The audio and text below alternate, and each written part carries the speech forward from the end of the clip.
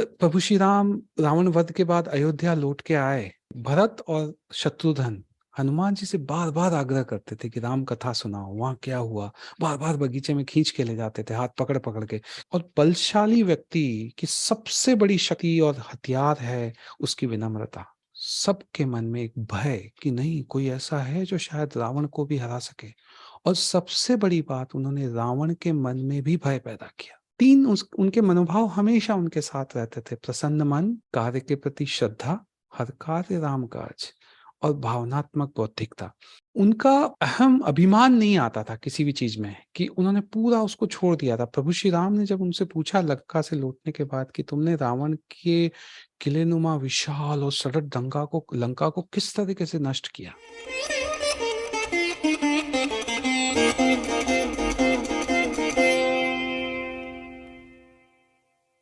आज के हमारे वक्ता हैं महेश श्रीमाली जी। आप आईटी क्षेत्र में अभियंता हैं, साथ ही एक लेखक, वक्ता और समाज सेवी भी हैं। आज का हमारा विषय है हनुमान चरित्र, जीवन की सफलता के सूत्र। जब ऐतिहासिक संदर्भ में पराक्रमी और अत्यंत गुणवान व्यक्तित्व की बात आती है तो हनुमान जी से बड़ा कोई उदाहरण नहीं मिलता। किसी भी कार्य को हनुमान जी हाथ में लेते थे, जिस भी कार्य को हनुमान जी हाथ में लेते थे उसे सफलतापूर्वक संपन्न करते थे। उनकी कार्य पद्धति में ऐसी क्या विशेषता थी? अपने जीवन में हनुमान जी के चरित्र से हम क्या क्या सीख सकते हैं, इसी विषय पर विस्तार से जानने के लिए मैं हमारे आज के वक्ता महेश जी को आमंत्रित करती हूँ। सबसे पहले आपको और संगम टॉक्स को बहुत बहुत धन्यवाद। आपने अपने प्लेटफॉर्म पे फिर से मुझे बुलाया, आमंत्रित किया। तो जैसा आपने बताया, आज का जो हमारा विषय है हनुमान जी के जीवन चरित्र से सफलता के सूत्र। हम हनुमान जी को देखते हैं और उनके कार्यों को, उनके गुणों का अगर विश्लेषण करें तो हमको पता चलता है कि वो एक बहुत विलक्षण चरित्र थे। जिस भी काम को उन्होंने हाथ में लिया सदा सफल रहे, हमेशा उनको सफलता ही मिली। चाहे काम कितना भी कठिन हो,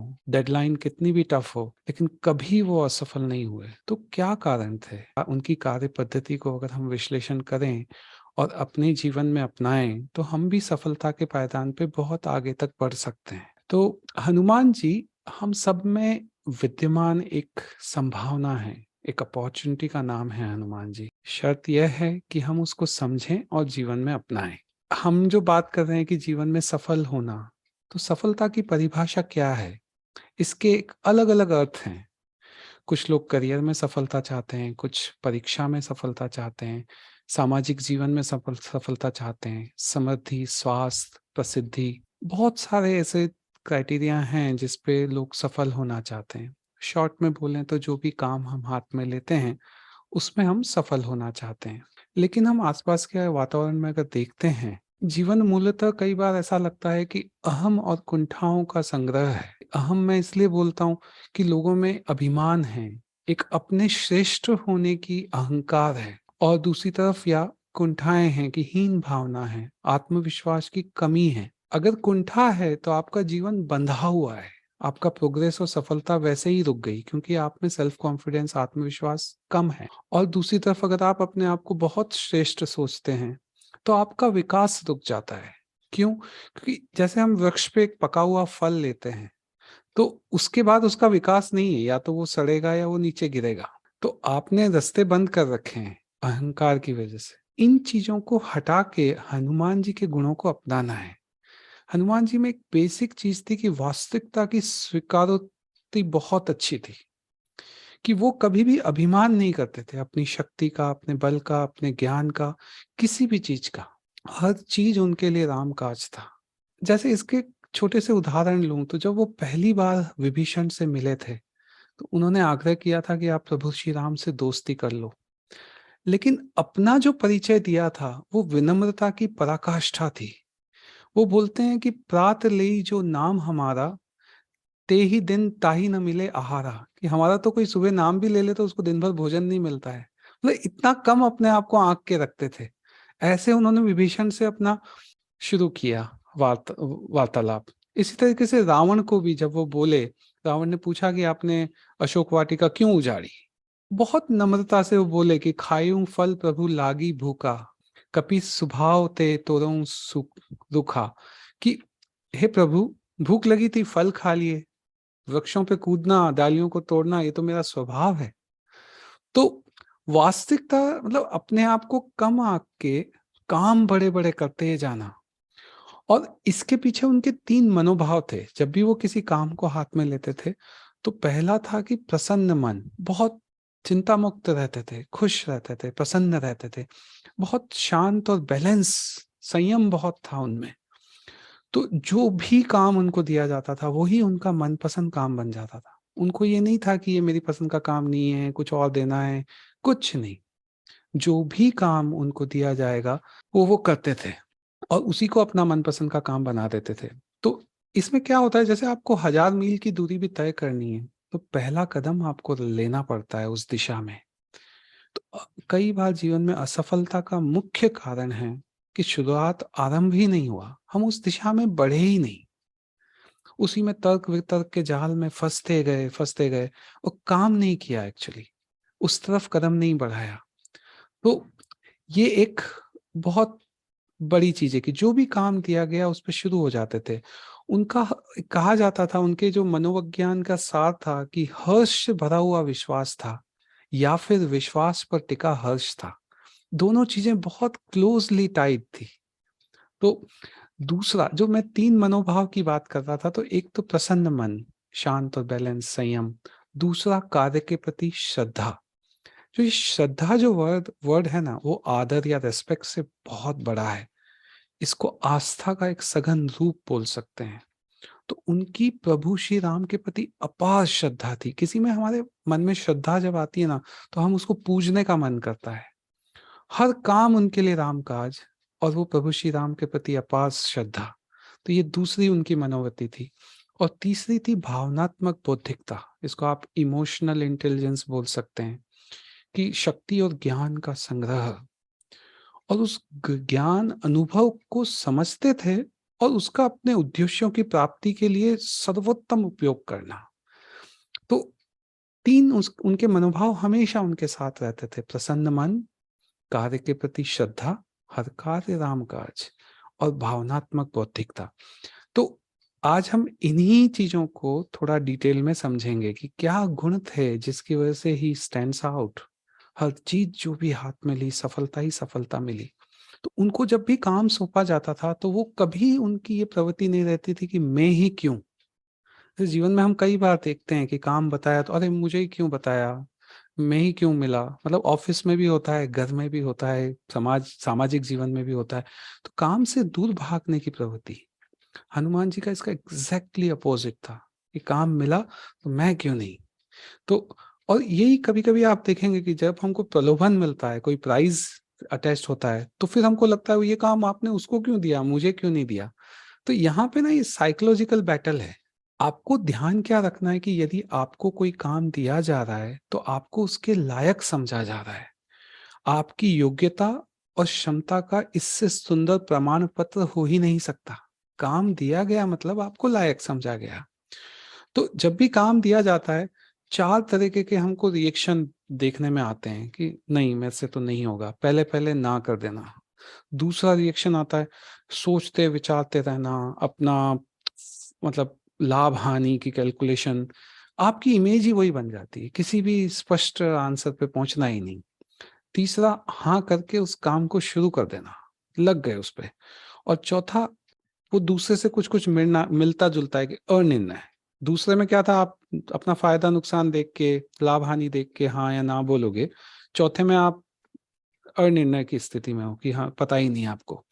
तो जो हनुमान जी का हमेशा एटीट्यूड था, तीसरी वाली अवस्था, कि जो काम दिया गया हाँ करना, और सुविधा और साधन की कोई चिंता नहीं करना। काम में पूर्ण समर्पण, काम देते ही पूर्ण समर्पण, आस्था के साथ उसमें लग जाना। हम अपने आसपास के जीवन में कई बार देखते हैं कि आस्था रहित जो जीवन होता है, और स्पेशली ओल्ड एज होती है, वो बहुत दयनीय बन जाती है, बहुत नीरस होती है, पछतावा होता है उनके जीवन में, रिग्रेट्स बहुत होते हैं। उसका कारण ही यही है कि आस्था है ही नहीं, काम कुछ के प्रति श्रद्धा नहीं है। तो ये कुछ एक चीजें हैं जो एक स्मॉल ओवरव्यू मैंने इसका दिया कि अब हम उनके गुणों पे आते हैं कि हनुमान जी में ऐसे क्या गुण थे, और इसमें से अब हम कितने अपने जीवन में अपना सकते हैं। तो जैसे सबसे पहला हम बात करें तो दूरदर्शिता। अब दूरदर्शिता उनमें बहुत कूट-कूट के भरी थी। ऐसा क्यों? इसका सबसे बढ़िया एक उदाहरण है कि जब प्रभु श्री राम ने उनको भेजा था लंका, तो 2 काम कहे थे। एक कि माँ सीता का पता लगाना, और दूसरा उन्हें कहना कि मैं आऊँगा, ये विश्वास रखें मैं आऊँगा, आपको वापस लाऊँगा। तो क्या हनुमान जी ने वो काम किया? हाँ, किए, दोनों ही किए। क्या उतना ही किया? नहीं, उससे कहीं ज़्यादा, क्योंकि उनकी दूरदर्शिता बहुत आगे तक थी। उन्होंने क्या-क्या किया? उन्होंने अशोक वाटिका को उजाड़ दिया। उन्होंने रावण के भेजे हुए कई सैनिकों को, सेनापतियों को, यहाँ तक कि उनके पुत्र अक्षय कुमार का भी वध कर दिया। उन्होंने लंका दहन किया, आग लगा दी वहाँ पे। उन्होंने विभीषण के साथ दोस्ती करी। बहुत सारे काम किए। मैं इतना ही करूँगा, मेरा लिमिटेशन ऐसा नहीं। उनकी दूरदृष्टि थी कि उनको पता था कि आगे राम-रावण का युद्ध तो होना ही है। तो उसके लिए इसी ट्रिप में जो मैं आज दूत बन के आया हूँ, वो वैसे जासूस बन के भी गए थे, वो दूत ही नहीं थे। लेकिन रावण की सभा में वो बोले कि मैं दूत हूँ। तो उनको ये पता था कि लड़ाई तो होनी है, और रावण की प्रजा, रावण के सैनिक, उसके दरबारी सब ये मानते थे कि ये त्रिलोकपति, इसको तो कोई हरा ही नहीं सकता। शक्ति का चरम है ये। वहाँ उन्होंने भय की भावना पैदा करी। जब अशोक वाटिका को उजाड़ा और उन राक्षसों का वध किया, तो उनकी प्रजा, उनके सैनिक, उनके सेनापतियों, सबके मन में एक भय कि नहीं, कोई ऐसा है जो शायद रावण को भी हरा सके।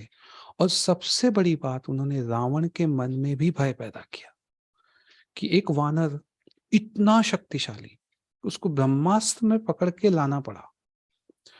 और यही कारण था कि उन्होंने ये भय और आशंका कुंभकर्ण, मेघनाद के मन में भी डाल दी।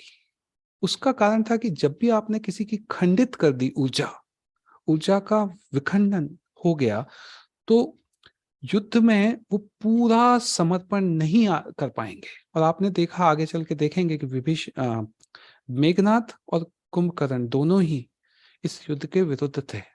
वो अपना पूरा समर्पण दे ही नहीं पाए। उन्होंने अपना जीवन दे दिया, पिता भाई उसके नाते, लेकिन वो पूरे मन से नहीं लड़ पाए। तो ये मनोवैज्ञानिक बैटल उन्होंने वहां कर दी। लंका दहन किया तो उन्होंने वर्तमान को तो समाप्त कर दिया, लंका के भविष्य पे भी बड़ा सा क्वेश्चन मार्क लगा दिया। सीता माँ को भी ये विश्वास दिला दिया कि जीत तो हमारी होनी है, कि राम भगवान की जो तैयारी है, दूसरा सारी सुरक्षा व्यवस्था लंका की, उसका सघन अध्ययन किया। उसी ट्रिप में उन्होंने देख लिया कि कहाँ कहाँ क्या क्या है। जब वो विचरण कर रहे थे लंका में, तो एक घर के बाहर तुलसी का पौधा और शुभ मंत्रों का उच्चारण देखा। तो उनके मन में बहुत क्लियर था कि यहाँ कोई साधु रहता है, और साधु ते हुई न कारज हानि, कि साधु की दोस्ती से फायदा नहीं हुआ तो नुकसान तो होना ही नहीं है। तो उन्होंने विभीषण से दोस्ती करी। इसको अपॉर्चुनिटी या मौके के प्रति सजगता कहते हैं। कि और आगे चल के हम देख सकते हैं कि जब हनुमान को प्राणदंड मिला, हनुमान जी को, तो विभीषण ने कहा कि दूत की हत्या अलाउड नहीं नहीं करनी चाहिए, नीति विरुद्ध है। आगे राम रावण के युद्ध में कितना विभीषण का योगदान रहा, वो सब हम जानते हैं। कि रावण का वध, मेघनाद का वध बिना विभीषण की हेल्प के हो ही नहीं सकता था। तो ऐसे बहुत सारे जगहों पे विभीषण की बहुत महत्वपूर्ण भूमिका रही। तो ये दूरदर्शिता है उनकी। इस सहज सतर्कता के कारण उनके, जैसा मैंने कहा कि उनके मन में कोई कुंठा तो होती ही नहीं थी। मान, अभिमान, ये सब बातों से वो परे थे। तो उन्होंने तय कर लिया था कि विभीषण से तो दोस्ती करनी ही करनी है। हम जीवन में कई बार देखते हैं कि रिलेशनशिप्स में, हमारे संबंधों में शुरुआत नहीं कर पाते हैं कि मैं क्यों करूं, वो सामने वाला तो नहीं कर रहा है। तो ये चीज हनुमान जी के था ही नहीं। जो करना है मुझे करना है और मैं करूंगा। और उन्होंने विभीषण से दोस्ती कर ली। उन्होंने एक और काम किया था उस ट्रिप में, अक्षय कुमार का वध किया। वो भी उनकी दूरदर्शिता थी। अक्षय कुमार रावण का पुत्र था।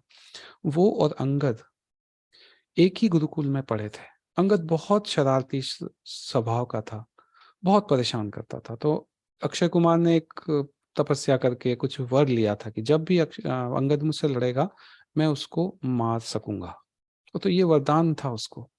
जब ये हनुमान जी आए तो रावण को तो पता नहीं था हनुमान जी के बारे में, तो उसने सोचा कि ये तो अंगद ही आया होगा। तो उसने कहा अक्षय कुमार को भेजता हूँ, अंगद को निपटा देगा, बात खत्म हो जाएगी।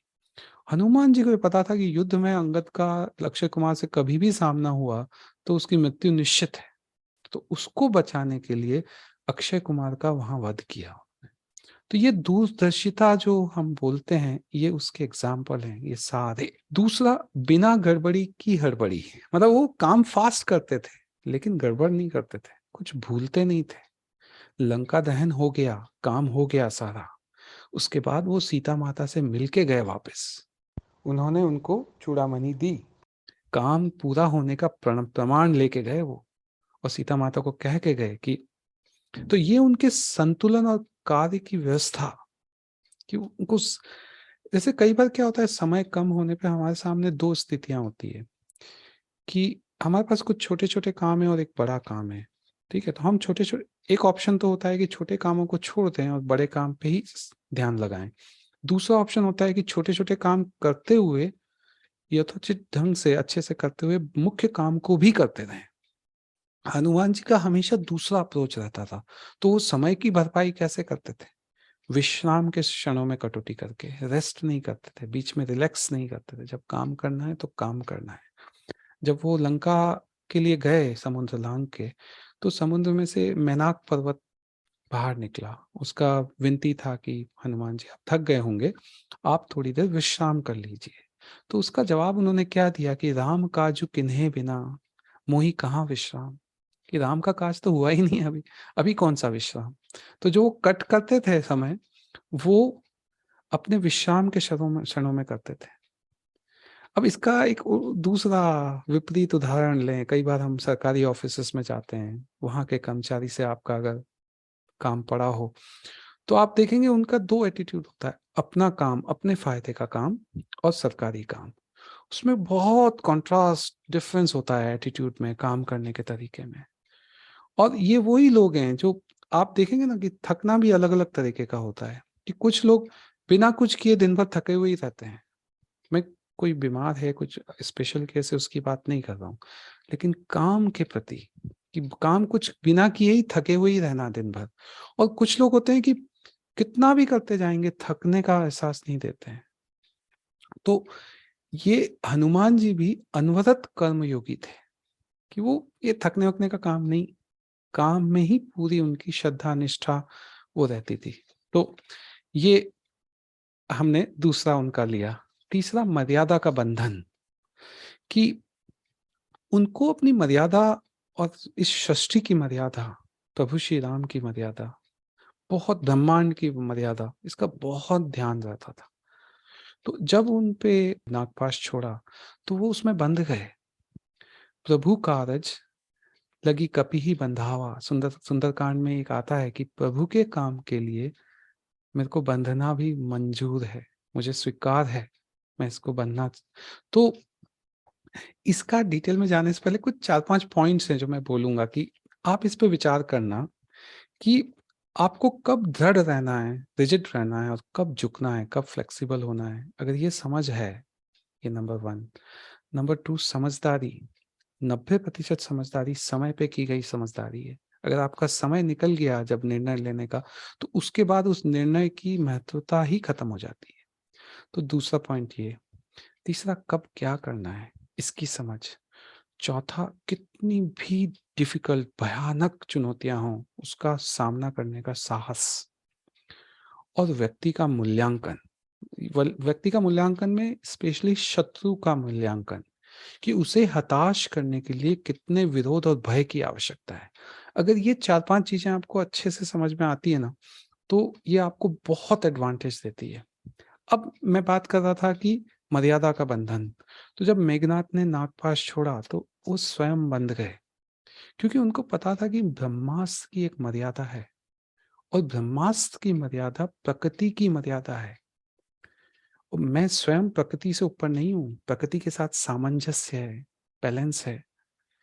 मैं स्वयं प्रकृति का अंग हूँ, यदि मैंने इसकी मर्यादा को तोड़ा तो मेरी मर्यादा भी टूटेगी और किसी दिन मेरे आराध्य प्रभु श्री राम की भी मर्यादा टूटेगी। तो मर्यादा भंग नहीं होनी चाहिए।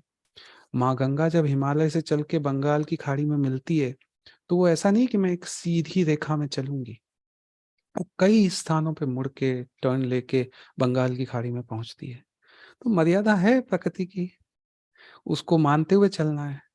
तो प्रकृति का सम्मान और उसके द्वारा रचे गए छोटे छोटे कण का सम्मान, ये हमको हनुमान जी से सीखने को मिलता है। कई बार क्या होता है जीवन में, पद, धन, शक्ति, अज्ञानता, इन सब कारणों से अभिमान, हम दूसरों की गरिमा को ठेस पहुंचाते हैं। बदले में हमको क्या मिलता है? हमको विरोध झेलना पड़ता है, आलोचना होता है, हमारे सम्मान का ह्रास होता है। तो ये इस पे हमको मर्यादा का पालन करने की सीख हनुमान जी से लेनी चाहिए कि सही काम को करना है और मर्यादा पूर्ण करना है, उसमें कोई संकोच नहीं।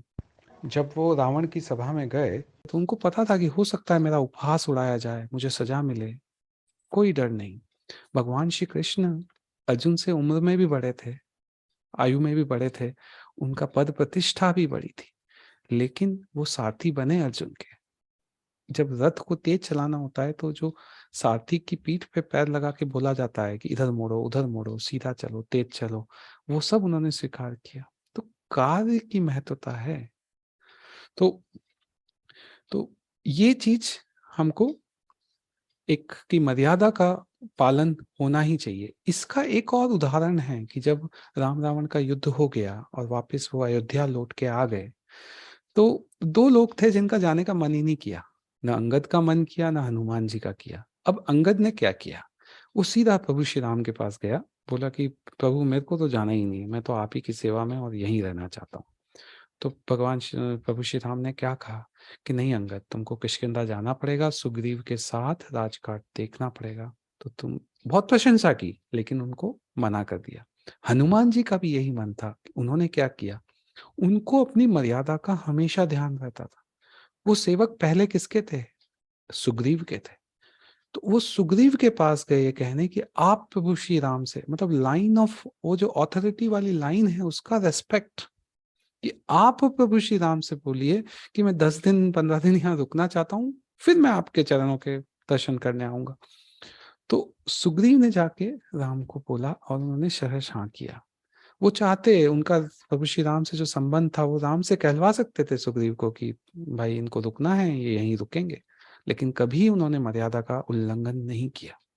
तो ये कुछ चीजें हैं कि जो हम अपने जीवन में भी देख सकते हैं कि कहाँ हम मर्यादा का उल्लंघन करते हैं, कहाँ नहीं करते हैं, और क्या हम इसको रोक सकते हैं।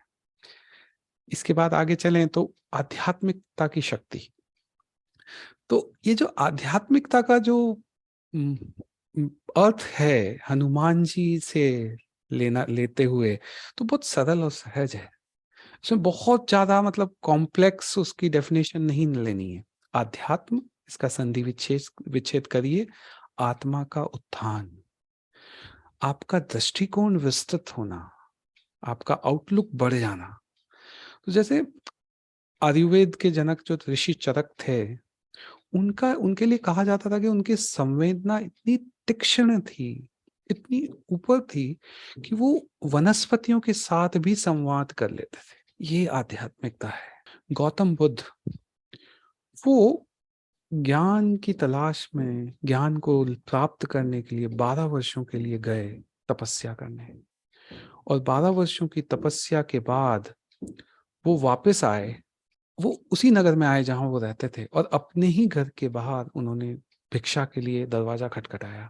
उनकी पत्नी आई, यशोधरा, देख के आश्चर्यचकित रह गई। तो उनका, मैं भिक्षा तो दूंगी, लेकिन मेरा एक प्रश्न है, उसका जवाब दीजिए आप। तो उनका, क्या प्रश्न है देवी, बोलो। उन्होंने कहा कि आप क्यों गए यहाँ से घर छोड़ के? तो कि ज्ञान की प्राप्ति के लिए। तो आप 12 वर्ष ज्ञान की प्राप्ति के लिए जो गए, क्या वो ज्ञान आप घर पे रहते तो नहीं मिलता क्या? तो गौतम बुद्ध ने जवाब दिया कि मिल जाता। तो फिर पत्नी ने उससे पूछा, तो फिर आप गए क्यों? जब आपको मिल जाता तो ये 12 वर्ष अलग क्यों रहे? तो उन्होंने कहा कि ये ज्ञान मुझे नहीं था कि वो ज्ञान मुझे यहाँ रहते हुए भी मिल जाएगा।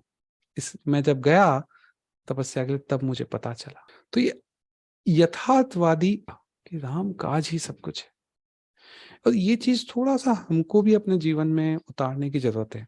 कई बार हम पूजा पाठ और इन सब चीजों में लगते हैं, और लगना भी चाहिए, लेकिन वास्तविक जीवन चरित्र हमारे जो आदर्श हैं उनका उतारते नहीं है अपने जीवन में।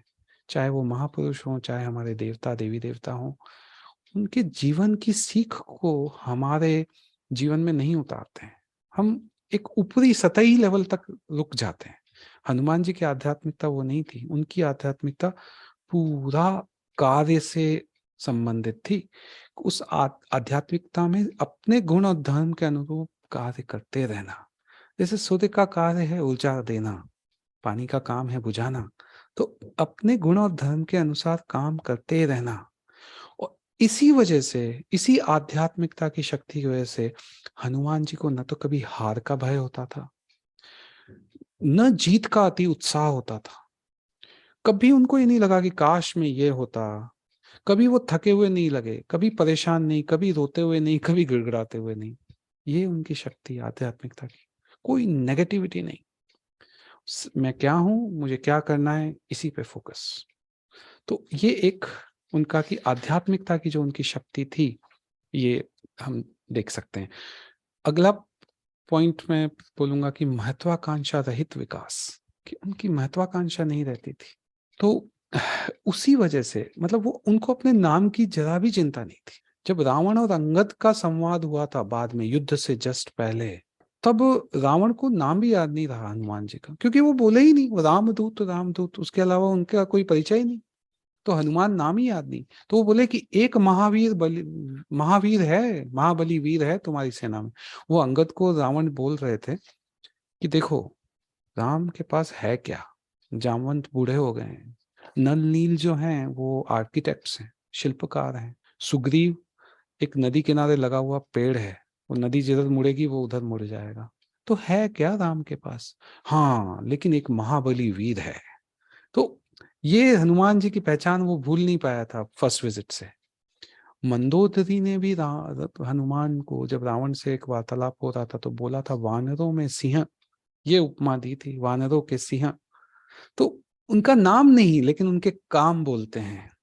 तो राम करी दूता, कि राम का सौंपा हुआ काम ही महत्वपूर्ण है, स्वयं का महत्व अपना नाम की चाह है ही नहीं। अब अपन वर्तमान जीवन में आते हैं तो आप देखिए कि मेरा नाम, मेरी प्रसिद्धि, मेरा फायदा, इसके बिना तो काम होना ही बंद हो गया है। और ये एक बहुत बड़ा डिफरेंस है जो रिजल्ट्स हम ला पाते हैं। और यही वजह से हम नेतृत्व क्षमता भी अच्छी डेवलप नहीं कर पाते हैं, क्योंकि कई सारे ऑर्गेनाइजेशन, संगठनों में, कई सारे जगहों पे आप देखेंगे कि लोग अपने से योग्य व्यक्ति की रुकावट बनते हैं, उसको ऊपर इसलिए नहीं आने देते हैं कि वो बहुत इनसिक्योर है, कि वो उस समय भूल जाते हैं कि कार्य की महत्वता क्या है, संगठन की महत्वता क्या है, वो नहीं याद रहती। हमारा पोजीशन, हमारी सीट चली जाएगी, और इस वजह से बहुत हानि झेलते हैं, बहुत नुकसान झेलते हैं। इसका एक उदाहरण हनुमान जी के जीवन चरित्र से लें तो जब वो लंका के लिए प्रस्थान कर रहे थे, उनको मन में विश्वास था कि मैं तो सीता जी की खोज करके ही आऊंगा। ये मतलब आत्मविश्वास उनमें कूट कूट के भरा था। लेकिन उन्होंने अंगद और उनके साथ की टोली के सारे वानरों को क्या कहा कि मुझे आने में 1 महीना लग सकता है, लेकिन तुम लोग सुग्रीव के पास नहीं जाओगे, तब तक यहाँ यहीं रहोगे, जहां से मैं शुरू कर रहा हूँ यात्रा, इसी क्षेत्र में रह के अपना ध्यान रखोगे। मैं वापस आऊंगा तब साथ चलेंगे। और ऐसा करने का कारण क्या था? ऐसा करने का कारण ये था कि उनको पता था कि मैं करके आऊंगा और ये सब अभी पहले ही चले जाएंगे लौट के, तो उस समय जब मैं सफलता के साथ जाऊंगा तो सारा श्रेय मुझे मिल जाएगा, मुझे लेना ही नहीं, सारा श्रेय मेरी टीम को मिलना चाहिए। This is called team spirit, कि लोगों को कैसे आगे बढ़ाना है, नेतृत्व क्षमता। ये उनका कि महत्वाकांक्षा रहित पूरा उनका जीवन था। तो इसलिए उन्होंने कहा कि रुकना, हम सब साथ चलेंगे इस सफलता की सूचना देने सुग्रीव को। फिर अगला उनका गुण हम देखें तो जिज्ञासु थे, निरंतर सीखने की आकांक्षा, अभिलाषा, निरंतर कुछ न कुछ सीखना है। हनुमान जी को उन्होंने गुरु माना, हनुमान जी ने सूर्यदेव को गुरु माना। अब उनसे ज्ञान पाना है, तो गए सूर्यदेव के पास। तो सूर्यदेव बोलते हैं मैं तो बहुत तेज गति से घूमता हूँ, अब मैं तुमको कहाँ रुक के क्या सिखाऊंगा। तो हनुमान जी बोले कि नहीं नहीं, मेरे को सीखना तो आपसे ही है। मैं आपको एक प्रॉमिस करता हूँ, मैं ऐसा कभी नहीं होगा कि मेरा मुख आपके मुख के सामने ना हो। आप अपनी गति से घूमते रहिए और उसी गति को करते करते मुझे ज्ञान दीजिए। ये मेरी रिस्पॉन्सिबिलिटी है कि मैं उस आपके साथ साथ घूमूंगा। तो ये एक जिज्ञासा। जब लंका जा रहे हैं तब जामवंत के पास जाते हैं और उनसे उचित शिक्षा वन मांगते हैं, उनसे बोलते हैं उचित शिक्षा सीख दो। ये जामवंत वही हैं जो अनुभव में बड़े हैं, लेकिन उन्होंने हनुमान जी को ज्ञान का निधान संज्ञा दी थी।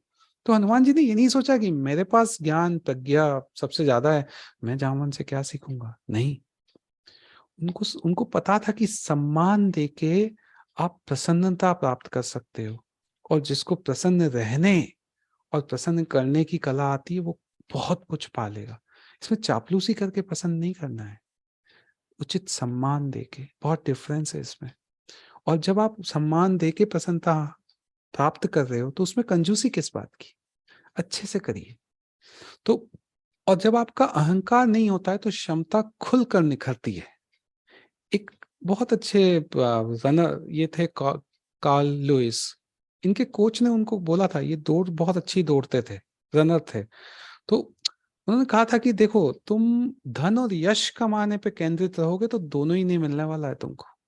तुम तो अपना सर्वश्रेष्ठ प्रदर्शन करो, तो हो सकता है मिल जाए। तो एक बहुत बढ़िया बात है कि आप धन और यश के पीछे मत भागो, काम को अच्छे से करो, तो उससे आपको जो मिलना है मिलेगा, सफलता। अगला उसमें पॉइंट है कि अखंड दृष्टि।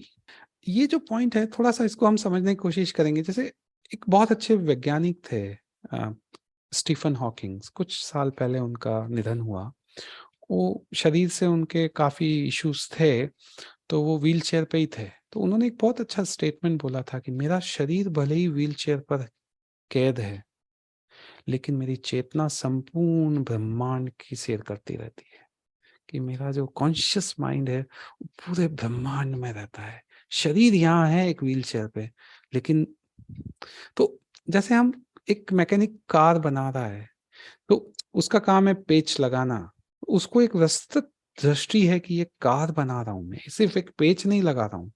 मंदिर के निर्माण में अलग अलग चरणों में अलग अलग लोग काम करते हैं, नींव डालना, दीवार बनाना, कलश लगाना, उसका बहुत बहुत सारे काम होते हैं। लेकिन उसको पता होना चाहिए कि मेन काम क्या है, कि मंदिर बन रहा है, बड़े व्यापक उसकी समझ होना कि जो कर्म की यात्रा होती है ना, उसमें कोई मंजिल नहीं होती है, उसमें केवल पड़ाव होते हैं, एक पड़ाव से दूसरा, दूसरे से तीसरा। तो सारा काम वो अखंड दृष्टि से देखते थे, और वो अखंड दृष्टि हनुमान जी की क्या थी कि सब श्री राम के काज हैं। चाहे मुझे श्री राम और सुग्रीव की संधि करवानी हो, सीता जी का पता करना हो, रावण को भयभीत करना हो, भय का आभास कराना हो, लक्ष्मण जी की जीवन रक्षा करनी हो, या और भी कितने भी काम, सब उनकी एक अखंड दृष्टि थी राम काज के प्रति। फिर इसके बाद नेक्स्ट उनका जो गुण आता है कि लचीलापन, फ्लेक्सिबिलिटी, विनम्रता, बहुत विनम्र। तो इसका ये बहुत अच्छा एक एग्जाम्पल है कि प्रभु श्री राम और सुग्रीव के बीच में ये संधि हुई थी कि अब बाली का वध तो हो गया है, अब तुम जाओ अपना राजकाज देखो, वर्षा ऋतु के बाद हम चल के सीता जी का पता करना है। सुग्रीव ने हाँ भरी, चला गया। राजसी सुख में बिल्कुल ऐशो आराम में लग गया, भूल गया। वर्षा ऋतु खत्म हो गई और राम भगवान वेट कर रहे हैं कि सुग्रीव जी आएंगे, पधारेंगे, हेल्प करेंगे, कुछ नहीं। बहुत शांत स्वभाव था प्रभु श्री राम का, बहुत बैलेंस। लेकिन एक दिन उनको भी क्रोध आ गया। उन्होंने लक्ष्मण जी से बोला कि जिस बाण से मैंने बाली का वध किया था, उसी बाण से उस मूढ़ का भी वध करूंगा, जाओ उनको जाके कह के आओ। तो लक्ष्मण जी वैसे ही गुस्से के तेज रहते थे, बुलाते हुए गए वो किष्किंधा नगरी। तो उनको देख के सुग्रीव समझ गया कि कुछ गड़बड़ हुई है, तो वो तो सामने आने को ही तैयार नहीं। तो उसने बाली की पत्नी तारा और हनुमान जी को आगे कर दिया। अब यहाँ देखिए कि क्रोधित व्यक्ति को शांत करने की कला जो हनुमान जी में है। हम जीवन में कई ऐसे अवसर आते हैं कि हमारे सामने हमारा कोई निकट संबंधी, दूर का संबंधी, अनजान व्यक्ति बहुत क्रोध में है। तो क्या हम उस क्रोध को बढ़ाते हैं, उसको कम करते हैं? उस सिचुएशन को कैसे हैंडल करते हैं? तो यहाँ पे हनुमान जी को पता है कि सुग्रीव से गलती हुई है, हनु और लक्ष्मण जी बहुत गुस्से में हैं। तो सबसे पहले वो क्या करते हैं? उनकी चरण वंदना करते हैं, बहुत अच्छे से उनका स्वागत करते हैं, उनको बिठाते हैं और प्रभु श्री राम का यशगान करते हैं। उनको पता है कि लक्ष्मण जी को भी प्रभु श्री राम का यशगान पसंद है। यहाँ अगर मैंने लक्ष्मण जी की तारीफ कुछ भी करा पसंद, तो वो गुस्सा हो जाएंगे कि तुम चापलूसी कर रहे हो, एक तो काम नहीं करते, ऊपर से सब चापलूस हो। तो उन्होंने ध्यान रखा कि नहीं, लक्ष्मण जी की कोई प्रशंसा नहीं करनी है, श्री राम के यशगान करना है। फिर राजमहल ले जाके उनके पैर धोए और फिर उनको स्थान दिया पलंग पे बैठने का। पलंग का मतलब है आत्मीयता, कि कोई अपना सगा संबंधी है उसी को, नहीं तो एक अलग व्यवस्था रहती है बैठने की। तो लक्ष्मण जी को वहां ले गए, बिठाया और वार्तालाप रखा। और उस इन 4 काम करने के बाद सुग्रीव को इशारा किया कि अब तुम आओ। तो सुग्रीव उस कक्ष में आए तो सहज रूप से लक्ष्मण जी का क्रोध इतना शांत हो चुका था कि वो उठे, खड़े हुए और सुग्रीव को गले लगा लिया। तो ये मतलब कि किसी का क्रोध कैसे शांत करना है। और बलशाली व्यक्ति की सबसे बड़ी शक्तिशाली शक्ति और हथियार है उसकी विनम्रता। यहाँ हम देख सकते हैं। और हनुमान जी किसी मूल प्रवृत्ति के शिकार नहीं है।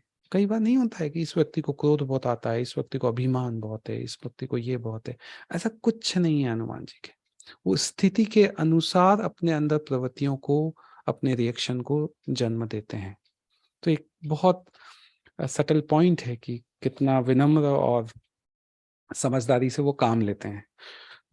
इसके बाद एक अगला पॉइंट कि ओपन माइंडेड, बहुत ओपन माइंडेड है। उनके, हनुमान जी के कोई पूर्वाग्रह, प्रीजुडिस है ही नहीं, दुराग्रह भी नहीं। किसी के प्रति दुराग्रह से काम नहीं करते हैं, अपना काम करते हैं बस। तो रावण के साथ जब उनका प्रथम संवाद हुआ तो पूरी शालीनता और मर्यादा के साथ उन्होंने उनसे बात करी। रावण ने बहुत अशालीन वर्ड यूज किए, शब्द यूज किए थे हनुमान जी के लिए, लेकिन वो उत्तेजित नहीं हुए। उनको हमेशा फोकस था, काम क्या है मेरा। और उन्होंने रावण की शक्ति का यशगान भी किया। रावण को प्रभु लंकेश ऐसे ऐसे नामों से बुलाया कि प्रभु लंकेश, इतना सम्मान दिया। आपकी सफलता और जीत की शुरुआत सामने वाले को समुचित आदर देकर हो जाती है। अंगद आए थे युद्ध से पहले, बहुत कठोर वचन यूज किए। तुम बोला, मूर्ख बोला, रावण को पापी बोला, कड़ी चेतावनी वाली भाषा यूज करी। अब हनुमान जी और अंगद के वाणी का जो प्रभाव था वो बहुत, उसका असर अलग था। हनुमान जी एक सच्चे दूत थे, स्व नहीं था, श्री राम के प्रतिनिधि थे। अंगद में स्व था, वो एक राजपुत्र थे। उनकी भाषा और उनकी पहचान बार बार वो दिखाती थी कि मैं राजपुत्र हूं। तो न तो वो स्वयं में श्री राम को और न श्री राम में स्वयं को स्थापित कर सके। ये अंगद और उसमें डिफरेंस था। और इस डिफरेंस का परिणाम जब अंगद चले गए, मंदोदरी एक बहुत समझदार स्त्री थी, वो अपने पति को समझाने गई। उस समय उन्होंने रेफरेंस दिया श्री हनुमान जी का। उन्होंने अंगद के बारे में तो बात ही नहीं करी। अभी अभी अंगद अपनी शक्ति का प्रदर्शन करके गए हैं, पैर सभा में रख दिया, कोई उठा नहीं पाया। लेकिन मंदोदरी को अंगद का कोई वो नहीं। उनको जो याद था हनुमान जी जो कई दिनों पहले आए थे उनका। ये वाणी का प्रभाव होता है। एक जो वाणी होती है उसमें 4 चीजें होती है, भक्ति, प्रताप, तेज और शक्ति। वो कहते हैं ना, तो हनुमान जी श्री राम के सच्चे भक्त थे, तो भक्ति की भावना उनमें झलकती थी। सत्य पे आधारित जो प्रभाव होता है वो प्रताप है उनका। तेज की वक्ता का आत्मविश्वास वो कितना है, तो तेज वाणी थी उनकी। और शक्ति की बहुत स्थिर, वजनी, गंभीर वाणी थी उनकी। तो ये 4 चीजें वाणी के लिए कही जाती कि भक्ति, प्रताप, तेज और शक्ति हनुमान जी में कूट कूट के भरी थी। सामने वाले को उसके अस्तित्व का आभास करा दीजिए, उसकी गरिमा का सम्मान करिए, आधी लड़ाई आप जीत जाएंगे। प्रभु श्री राम रावण वध के बाद अयोध्या लौट के आए। भरत और शत्रुघ्न हनुमान जी से बार बार आग्रह करते थे कि राम कथा सुनाओ, वहां क्या हुआ। बार बार बगीचे में खींच के ले जाते थे, हाथ पकड़ पकड़ के, कि और विस्तार से बताओ, बार बार बताओ। वो लक्ष्मण के पास नहीं गए, लक्ष्मण जी के पास नहीं गए, हनुमान जी के पास ही गए। ये असाधारण वक्ता थे वो हनुमान जी। वो घटना के प्रत्यक्षदर्शी नहीं, उसमें शामिल थे। इतिहास बोलते नहीं थे, इतिहास बनाते थे। अपना अनुभव जुड़ा था उसमें, रोचकता से वो बोलते थे, क्योंकि वो इतिहास बनाया उन्होंने। वो बहुत सुमति, जो दूसरा असाधारण वक्ता के जो गुण हैं कि घटना का प्रत्यक्षदर्शी नहीं, उसमें शामिल होना। दूसरा है सुमति। सुमति का मतलब है सुंदर बुद्धि, पूरे मन से। कई बार आप देखोगे कि बोलने वाला जमा ही ले रहा है, उबासियां ले रहा है, और फिर शिकायत कर रहा है कि अरे ये बैठे हुए हैं, सुनते नहीं है ध्यान से। कैसे सुनेंगे? तीसरा है विषय वस्तु में डूब जाना, मग्न हो जाना, कि सुनाने वाले को अगर आनंद आ रहा है तो सुनने वाले को आनंद आएगा। तो ये चीज ध्यान रखना, और पूर्वाग्रह और दुराग्रह नहीं होना। तो ये कुछ चीजें हैं जो असाधारण वक्ता हनुमान जी को बनाती हैं, और इसमें से अब देखना है कि हम क्या अपना सकते हैं। काम का चुनाव जब आता है, तो मैंने ये चीज पहले भी बोली है कि जो भी काम दिया जाता था, स्वीकार्य भाव से उसमें जुट जाते थे, अपनी आत्मा को शामिल कर देते। एक चार चीजें से, चार तरीके से इसको देखा जाता है कि देह के द्वारा, देह के लिए किया गया काम स्व के लिए किया गया काम है। आपकी दृष्टि बड़ी हो गई तो आपने सामाजिक हित के लिए काम किया। आपकी चेतना उससे जुड़ गई तो आपने और विस्तार उसका बढ़ गया काम का। और अगर आपकी आत्मा उससे जुड़ गई काम से, तो पूरे ब्रह्मांड से जुड़ गया। तो ये कुछ चीजें हैं कि आप काम का चुनाव करते वक्त आपका क्या अप्रोच रहता है। अब अगला जो उनका गुण आता है, निर्भयता, अभय। कोई भय नहीं हनुमान जी को, अभय की पराकाष्ठा। जैसे हम महावीर स्वामी का बात करें, तो उनकी जब हम मूर्ति देखते हैं जिसमें वो एक स्वीकार नग्नता भी है, कपड़े नहीं, उसका त्याग है, तो उसको कई लोग बोलते हैं कि अपरिग्रह की पराकाष्ठा है। लेकिन वो अभय की पराकाष्ठा है सही अर्थों में। वो कोई किसी सन की आदमी का अपरिग्रह नहीं है। बहुत बल चाहिए जिस स्थिति में वो पहुंचे थे, तो वो अभय की पराकाष्ठा है। रावण के दरबार में पकड़ के नागपाश में हनुमान जी को ले गए, उनकी जान का खतरा था, उनकी जान जा सकती थी, कुछ भी हो सकता था।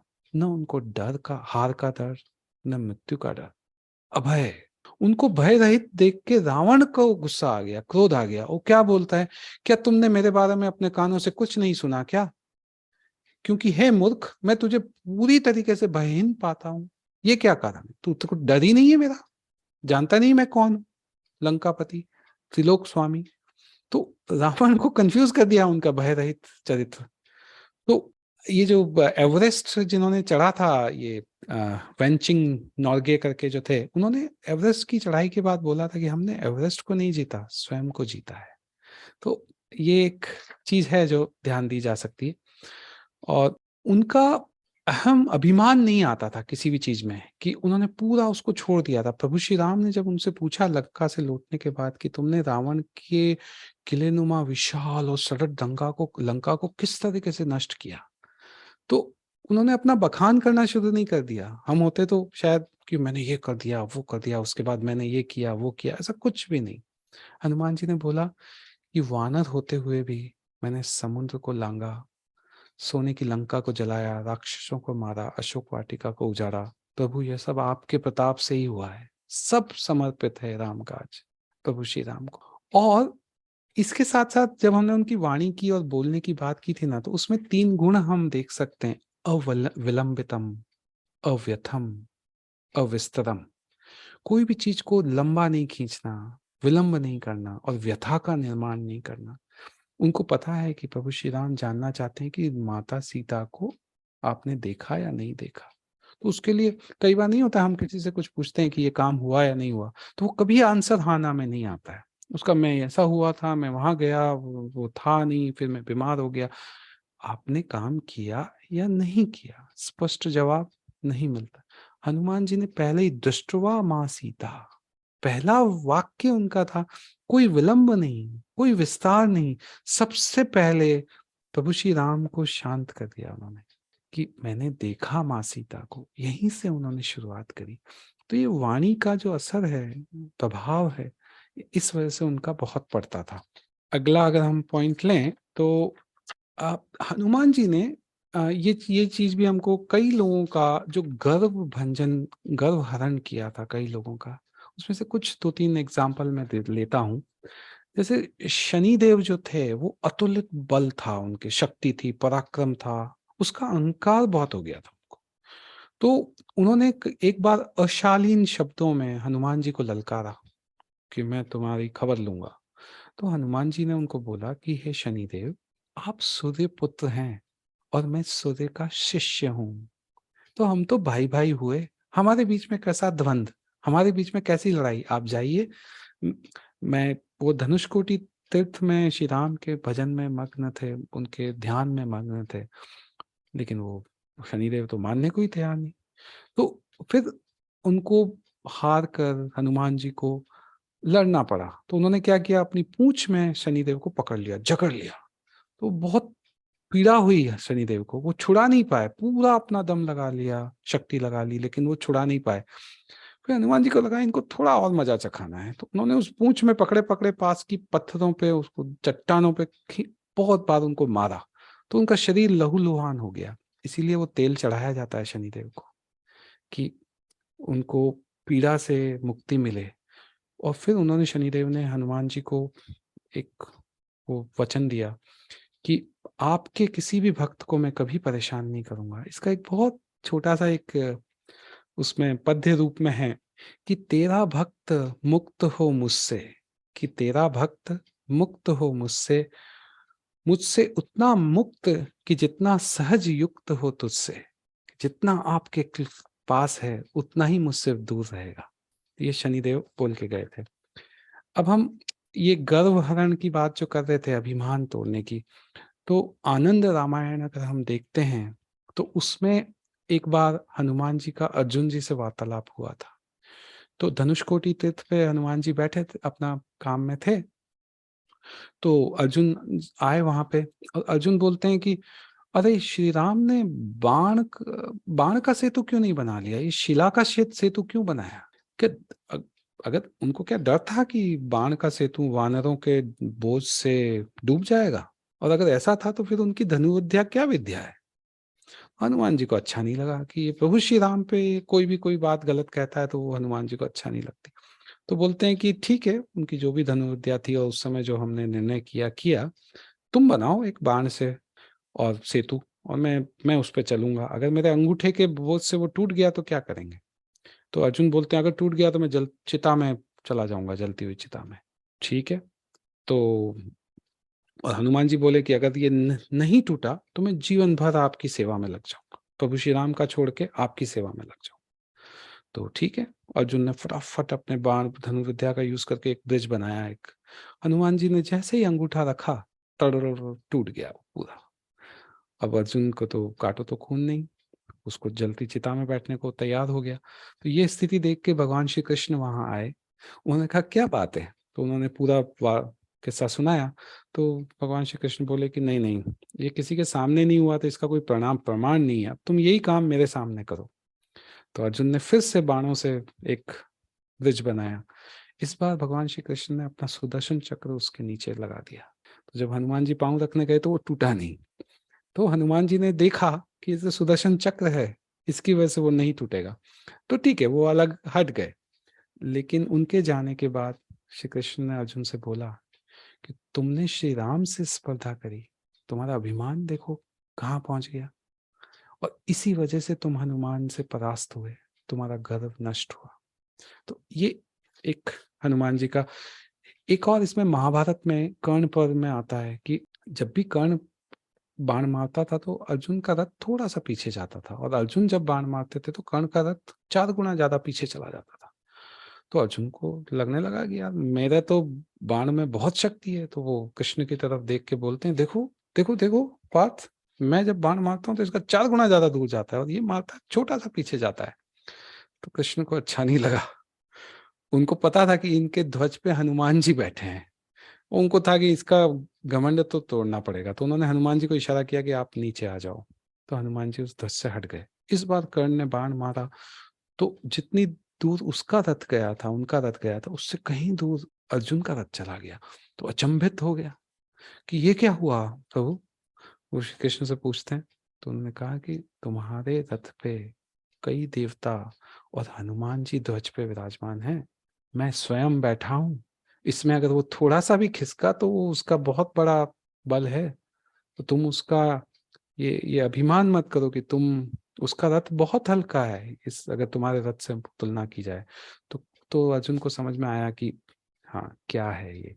इसी का एक छोटा सा एग्जाम्पल बाली का भी उन्होंने अभिमान, गर्व हरण किया था कि बाली को अब वो मिला हुआ था वरदान की मैं जिससे भी लड़ूंगा आधी शक्ति उसकी आ जाएगी, तो वो इतना निरंकुश हो गया, रास्ते में आते जाते पेड़ वगैरह सामने आ रहा है तो पेड़ को उठा के फेंक देता था। तो हनुमान जी ने एक बार उसको टोका कि हे वानरराज, आप ये क्या कर रहे हैं, ये वनस्पति को क्यों नुकसान पहुंचाते हैं? तो कहता है जो मेरा मन आएगा करूंगा, तो जानता नहीं है मेरे में कितनी शक्ति है। तो हनुमान जी ने कहा मुझे पता है आप में शक्ति है, आप पर ये अनर्थ क्यों करते हो? तो बाली ने प्रभु श्री राम के लिए अपशब्द कह लिए कि तुम और तुम्हारे आराध्य देव दोनों को मजा चखाऊंगा। तो अब हनुमान जी आराध्य देव के लिए कुछ नहीं सुनते थे। तो उन्होंने कहा कि ठीक है, तो मजा चखाएगा तो देखते हैं, आप मुझसे द्वंद्व करना पड़ेगा। तो उनके दोनों के बीच में द्वंद्व तय हुआ, एक डेट डिसाइड हो गई, एक तिथि। उस समय ब्रह्मा जी उसके बाद हनुमान जी के पास आए और उनसे बोले कि नहीं, बाली से मत लड़ो। तो हनुमान जी बोले कि देखो, उन्होंने मुझे कुछ अपशब्द कहे होते तो मैं नहीं लड़ता, लेकिन प्रभु श्री राम को कोई अपशब्द कहे मैं नहीं सुनता हूँ। तो ब्रह्मा जी बोले अच्छा ठीक है, तुम जाना, अपनी शक्ति का केवल 10% अपने साथ लेके जाना। तो हनुमान जी कहते हैं ठीक है, वो चलेगा। जब वो द्वंद्व के दिन वो सामने आमने सामने आए, तो बाली को तो वर मिला हुआ था कि आधी शक्ति अपने में आ जाएगी, उसकी खुद की शक्ति तो रहती थी, तो इस वजह से वो हमेशा भारी पड़ता था। सॉरी। तो जब वो हनुमान जी के सामने खड़ा हुआ तो उसमें शक्ति बढ़ती गई उसकी। तो शुरू में तो उसको बहुत अच्छा लगा कि मेरी शक्ति वर्धन हो रहा है, लेकिन एक स्थिति ऐसी आई कि शरीर पूरा टाइट हो गया, उसकी नसें खींच गई, उसको लगा कि अब फट जाऊंगा, बहुत पीड़ा स्थिति है और अभी तो शक्ति आए जा रही है। तो उसको समझ में नहीं आया कि लड़ाई तो छोड़ो, मेरी जान ही नहीं बचेगी, मेरा जीवन ही नहीं बचेगा। उसने ब्रह्मा जी को याद किया, वो प्रकट हुए, उन्होंने बोला देख, सबसे पहले तो तू यहाँ से दौड़ लगा, जितना दूर हनुमान जी से जा सकता है जा। तो वो बाली दौड़ा उल्टा मुंह करके। उस दिन उसको पता चला कि उसकी दौड़ने की क्षमता 100 गुना ज्यादा फास्ट हो गई है। बहुत दूर जाने के बाद उसके शरीर में वापस सहजता आई, नसें फिर से ठीक हुई, रक्त प्रवाह प्रवाह नॉर्मल हुआ। उसने ब्रह्मा जी से पूछा कि ये क्या हुआ? हनुमान जी ने कहा कि बेटा, मैं 10% उनको बोला था लेके आने को, अपनी शक्ति का अभिमान नहीं करना। हनुमान जी की 50% शक्ति तो तेरा शरीर वहन ही नहीं कर सकता था, तेरा जीवन बचे इसलिए मैंने उनको बोला था, जाओ उनसे क्षमा मांगो। तो बाली गया और क्षमा मांगी। तो समय समय पे हनुमान जी ने बड़े बड़े लोगों का, योद्धाओं का गर्व हरण किया, अभिमान तोड़ा। तो ये है। और हनुमान जी के लिए एक बहुत अच्छा, वो जो हम देखते हैं रामचरितमानस में कि अतुलित बलधामम हेम शैलावदेहम धनुजवन कृशानम ज्ञानी नागमद विकर्ण्यम, ये बहुत अच्छा दोहा लिखा हुआ है। इसके बहुत सारे, हम इसको अर्थ में समझें तो बहुत आनंद आता है कि ये कुछ चीजें जो मैंने डिस्कस करी आज, जो बताई, उसी का मतलब, जैसे अतुलित बलधामम की पराक्रम की कोई सीमा ही नहीं है। चाहे समुद्र लागना है, सुरसा सिंह का, इनसे लड़ाई है, द्रोणाचार्य पर्वत लेके आना है, मुष्टि प्रहार से रावण को इतना घायल कर दिया था कि कुछ एक प्रहर के लिए वो अपना होश खो बैठा, उसके मुख से रक्त बाहर निकल गया। उसने, रावण ने बोला कि तू वास्तव में बड़ा वीर है। तो अतुलित बलधामम बुद्धिमताम वरिष्ठम, वेदों के ज्ञाता थे। रावण के प्रश्नों का उत्तर बहुत सटीकता से, संक्षिप्तता से, बहुत अच्छे से दिया। मैं भी प्रभु श्री राम का दूत हूँ और उनके कार्य करने आपके पास आया हूँ। सुग्रीव आपके भाई हैं, उन्होंने आपका कुशल मांगा है, कुशल मंगल पूछा है, मेरी हितकारी बातें आप अवश्य सुने। तो ये बुद्धि का जो उपयोग है वो बहुत अच्छा था। सकल गुण निधानम की बुद्धि में जैसा मैं देखता हूँ, सोचता हूँ, मेरे मन की चेष्टा भी वैसी ही रहती है। वो कहते हैं ना, मनसा वाचा कर्मणा, तीनों की एकजुटता, एक निष्ठता रहती है। जब सीता अन्वेषण के लिए वो गए थे लक्ष्मण लंका, तो रात के समय रावण के अंतपुर में भी वो विचरण किया था। तो उनको बहुत सारी स्त्रियां, राक्षसियां सुप्त अवस्था में और कुछ अलग-अलग अवस्थाओं में दिखी जो शालीनता से परे थी। तो हनुमान जी को एक पल के लिए लगा कि कहीं मेरा धर्म लुप्त तो नहीं हो जाएगा। मैं इन स्त्रियों को इस अवस्था में देख रहा हूँ। उन्होंने स्वयं समाधान किया अपनी उसका प्रश्न का कि मेरे मन में किसी प्रकार का विकार उत्पन्न नहीं हुआ है। इंद्रियों की जो शुभ प्रवृत्तियां हैं वो मन के कारण होती है। इंद्रियां मन से गवर्न होती है और मेरा मन सर्वथा विकार शून्य है। तो मेरे धर्म का ह्रास होने का, लोप होने का तो कोई कारण ही नहीं। तो बहुत क्लियरिटी ऑफ थॉट, अपने ऊपर बैलेंस, अपने ऊपर कंट्रोल। इसीलिए कहते हैं ना कि 8 सिद्धियों 9 निधियों के दाता। आप सिद्धियों के बारे में उनका पढ़िए। अणिमा छोटा हो जाना, महिमा बड़ा हो जाना, गरिमा भारी हो जाना, लघिमा हल्का हो जाना, प्राप्ति प्राकाम्य कामना पूर्ति करना, ईशित्व शासन सामर्थ, वशिष्ठ, इसमें जितेंद्रियम बोला जाता है, उनको मन पे नियंत्रण करना। तो ये 8 निधियां, तो उनके गुणों का तो कोई वो अंत ही नहीं है। इसीलिए कहते हैं कि प्रज्ञा और पराक्रम के धनी थे, योग के परामर्शदाता थे, संकट में साथ देने वाले मित्र थे, समर्पण और निष्ठा से अपना कर्तव्य पालन करते थे, स्वयं की सुरक्षा से भी ज्यादा अपने स्वामी, अपने प्रभु की सुरक्षा, अपने आराध्य की सुरक्षा का उनको ध्यान रहता था।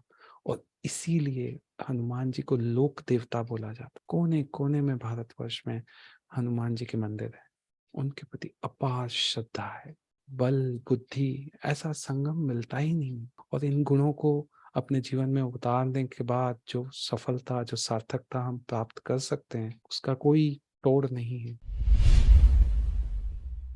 एक प्रश्न मैं भी पूछना चाहती हूँ महेश जी कि सुना है कि वेदों में भी, हमारे जो वेद हैं उनमें भी बहुत सारे उदाहरण मिलते हैं, जैसे प्रभु श्री राम के और सबके।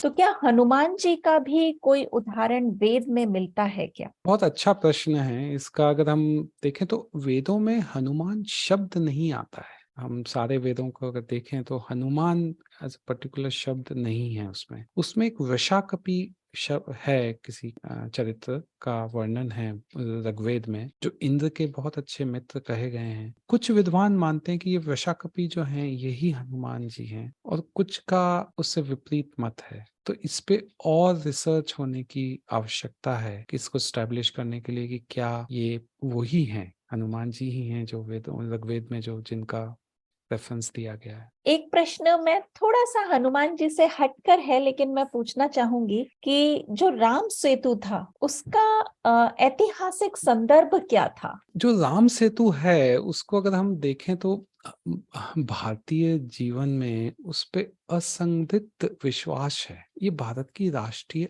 आस्था है। एक 1885 के आसपास एक सीडी मैक्सिन करके एक लेखक थे, रिसर्चर थे। उन्होंने एक पुस्तक निकाली थी। उसमें उन्होंने वर्णन किया था कि राम सेतु के निर्माण हेतु हिमालय से लाई गई पानी में तैरने वाली शिलाओं का। और उन्होंने ये कहा था, उसमें लिखा था, आपने जो भी उनकी रिसर्च रही, कि 1500 वर्ष ईसा पूर्व तक वो राम सेतु के हिस्से थे, वो सब पर शिलाएं वहां थी। और इसका एक दूसरा एंगल देखें कि श्रद्धा को तर्क और अन्य प्रमाणों की आवश्यकता नहीं होती है। वैसे नासा जो स्पेस एजेंसी है अमेरिका की, उसका जो डिजिटल इमेज रिफ्लेक्शन उन्होंने किया, तो उन्होंने रामेश्वरम और श्रीलंका के बीच में करीब 45 किलोमीटर लंबा और 1.5 से 2 किलोमीटर चौड़ा एक सेतु समुद्र में डूबा हुआ पाया। उनकी जो इनिशियल और जो भी एनालिसिस आज तक हुई है उसमें कि बहुत संभावना है कि ये मानव निर्मित था, प्राकृतिक नहीं था। लेकिन एक दुर्भाग्य है कि उसका नाम क्या दिया गया, एडम्स ब्रिज। हास्यास्पद है, ये एप्रोप्रिएशन है दूसरों की चीजों का। एडम्स एडम्स ब्रिज कैसे राम सेतु? दुर्भाग्य उससे बड़ा ये कि भारत की सरकारें, इस सरकार से पहले वाली सरकारें, उन्होंने सेतु समुद्रम शिपिंग कैनाल करके एक प्रोजेक्ट लाया है कि हम श्रीलंका से और अन्य देशों से व्यापारिक संबंधों के लिए कैनाल बनाएंगे। तो इस सेतु जो ये बीच में जो थोड़ा बहुत कि इसको तोड़ के बनेगा, दुर्भाग्य है हमारे, जिसमें हमारी आस्था जुड़ी हुई है, उसको तोड़ के, प्रभु श्री राम के राम सेतु को तोड़ के हम बनाएंगे कैनाल। अंग्रेजों की एक सैन्य टुकड़ी ने भी 1860 में असफल प्रयास किया था इसको तोड़ने का, कि ये जो लाइन है इसकी वजह से आने जाने में प्रॉब्लम आ रही है। हम लोगों को, जैसे ये राष्ट्र हमारा उन्नति की तरफ बढ़ता है, तो कुछ हमारी पुरानी चीजों के अन्वेषण के लिए प्रोजेक्ट्स, बजट ये सब एलोकेट करने चाहिए कि और हम इस पे डीपर जा सकें। राम सेतु ही नहीं, मथुरा, बहुत जगह हैं जिसमें हम, क्योंकि ये सनातन तो रही है ना, संस्कृति सनातन काल से रही है, उसका अन्वेषण तो होना चाहिए। बहुत धन्यवाद। आज की वार्ता यहीं पे समाप्त करते हैं और सभी श्रोताओं को हमसे जुड़ने के लिए बहुत बहुत धन्यवाद, और महेश जी आपको भी संगम टॉक्स की तरफ से बहुत बहुत धन्यवाद।